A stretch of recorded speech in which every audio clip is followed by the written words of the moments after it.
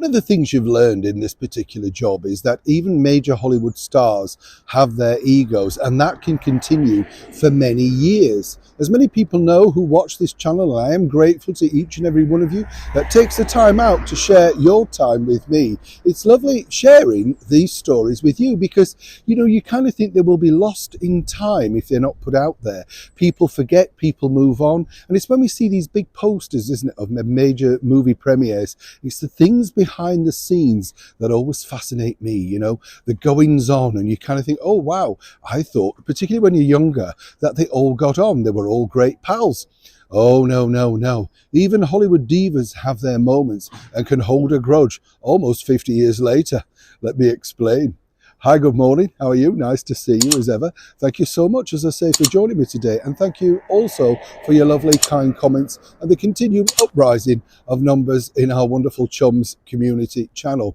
Fascinating to think, you see, and as I often say here, no memberships, no tip jars, no buy me a coffee. It's all free to you. So I'm totally, totally grateful. Thank you.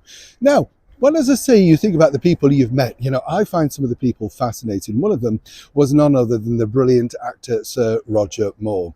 Met him towards the end of his life, finally, but also had interviewed him on a couple of occasions previous to that. Always good fun, really, really cheeky and just kind of like one of the nice guys to interview. But he did sort of reveal in the final interview that we did together some revealing things, simply because, when you look at it now, you kind of think, wow. You see, way back in 1955, he was trying his luck over in Hollywood, all thanks to his then wife, Dorothy Squires, funding him. He admitted that. And he managed to get a role opposite a beautiful blonde, a sex symbol of an era, the gorgeous Lana Turner in Diane. Roger shared this particular story with me, which I thought was very funny, though. In a kissing scene that they had in the movie, apparently they had to retake it because he'd wrinkled her neck. And I said, you what? And he said, well, the thing is, she taught me how to kiss on screen because you don't do it as you would, say, in real life, because that creates lines round the neck. You just simulate it. And he said Lana went potty when she saw the rushes because he was obviously a lot younger and she was trying to look young, and well, let's put it this way. It took a long while, as he said, for them to overcome that moment. Fast forward quite a few years, Roger is riding high now, all thanks to the ITC series, The Persuaders, put together, of course, predominantly by a lot of the people that put together the brilliant show, The Saint. Roger had a stake in the production, and of course they were trying to get this show off the ground to sell it internationally. They were looking at lots of names, to basically be Roger's co-star, long before Tony Curtis. Glenn Ford was mentioned, the man, of course, who gave Rita Hayworth in 1954 an affair in Trinidad. You get the picture. But what was interesting was Glenn apparently was, again, looking a little bit too old, they felt, for the particular role, the strenuous things that they wanted that particular character to do. They also looked to people like Robert Vaughn, who then, of course, at this point had still been very successful, all thanks to The Man from U.N.C.L.E. and The Protectors. So you can see their idea, their thinking. Finally, they settled upon Tony Curtis. Two reasons, as Tony pointed out: he needed the money, and more importantly, he kind of got on well initially with Sir Roger Moore.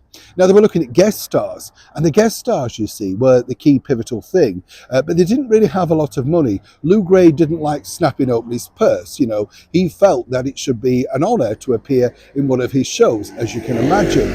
Now, one of the people that they liked the idea of was none other than Roger's co-star from the middle 50s, Lana Turner, to pop up in the show. And there was no real reason behind this because it was an idea that they were going to film in Monte Carlo and London. And they thought her playing sort of a glamorous diamond heiress, that type of thing, it was smuggling lots of diamonds, making her look gorgeous in the shots, etc.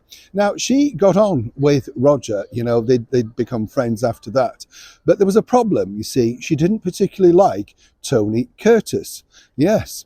And Tony also told me this story, that the bottom line was really this, that mistakenly Lana felt that Tony had snubbed her for a role in a movie at Universal in the 1950s, just when she needed a lot of work. This was pre the trial with Johnny Stampanato and the daughter, all of that sort of stuff. She was truly struggling. Turns out, actually, though, it wasn't Tony's fault at all. It was the agent Swifty Lazar who said, we don't want that old boiler in the movie. We need someone young. alongside, and this is Tony's words, not mine, alongside the very youthful looking Tony Curtis. But she apparently still held this grudge and didn't necessarily believe this version of events. So while she was quite happy to come over to London and film The Persuaders for a minimal fee, it has to be said, she had to have, in big block letters, special guest star Lana Turner. Tony wasn't having that. He was the big Hollywood star. No way was she going to be riding over him. And so the appearance of Lana Turner popping up in, of course, the brilliant TV show The Persuaders never truly happened. They did think about sort of filming her scenes independently with Roger off-site, nowhere near Tony, but they simply couldn't get round the top billing. And Lana always believed even that was more important than the almighty dollar. Neil Sean in the very heart of London.